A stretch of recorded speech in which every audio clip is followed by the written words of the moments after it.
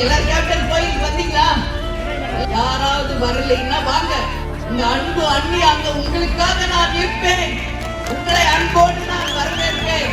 உங்களுக்கு உணவளித்து கேப்டனை தரிசிக்க வச்சு உங்க ஒவ்வொருவருடனும் இருந்து புகைப்படம் எடுத்து உங்களை பத்திரமாக வீடு வந்து நீங்க சேரும் வரை உங்கள் அன்னையாக இருந்து உங்களை நிச்சயமாக நான் வழி நடத்துவேன்.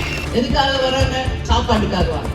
கிடையவே கேப்டனை பார்க்கணும், கேப்டன் உட்கார்ந்து தரிசிக்கணும், கோரிக்கை வைக்கணும், அவரை தெய்வமா வணங்கணும் என்று இன்னைக்கு தமிழ்நாடு இல்ல, இந்தியா இல்ல, உலகம் முழுவதும் இருந்து வந்துட்டு இருக்காங்க. குழந்தை பிறக்கல, கோரிக்கை வச்சோம், குழந்தை பிறந்துச்சு. கல்யாணம் நடக்கல, கோரிக்கை வச்சோம், கல்யாணம் நடந்துச்சு. இன்னைக்கு அப்ளிகேஷன் கொண்டு கேப்டன் காலில் வச்சு கும்பிட்டு போறாங்க. அம்மா அண்ணே நாங்க வச்சு கும்பிட்ட வேலை கிடைச்சிருச்சு, உடம்பு முடியல வந்து பிரார்த்தனை வச்சோம், உடம்பு நல்லா ஆயிடுச்சு. எனக்கே பிரமிப்பாரு.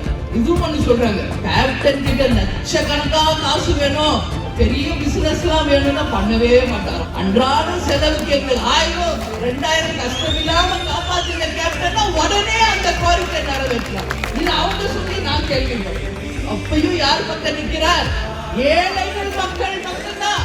இப்ப அழுகுறீங்க, ஐயோ இவ்வளவு நல்லவரை நாங்க இழந்துட்டோமே, போயிட்டாரேன்னு. எங்கேயும் போல என்னில் பாதியாக அர்த்தனார் ஈஸ்வரர் வாழ்கின்ற இந்த பூமியில இருந்து சொல்றேன். எங்களுள்ளதான் இருக்கார். விஜய பிரபாகர் உருவத்திலும் சண்முக பாண்டியன் உருவத்திலும் இருக்கார். நாங்க நிச்சயம் வாழ்ந்தோம்னா யாருக்காக? இனி மக்களுக்காக தான். நாங்க ஜெயிக்கணும், ஆட்சிக்கு வரணும்னா கிடையாதுங்க. இனிமேல நானும் என் பிள்ளைகளை புதுசா ஏதாவது பார்க்க போறோம். ஒண்ணுமே இல்ல, கேப்டனையே பார்த்தவங்க நாங்க, கேப்டன் கூடயே வாழ்ந்தவங்க நாங்க. கேப்டனை விட பரிசு எனக்கு இந்த உலகத்துல எதுவுமே கிடையாது. ஆனாலும் எதற்காக இந்த மிகப்பெரிய போர்?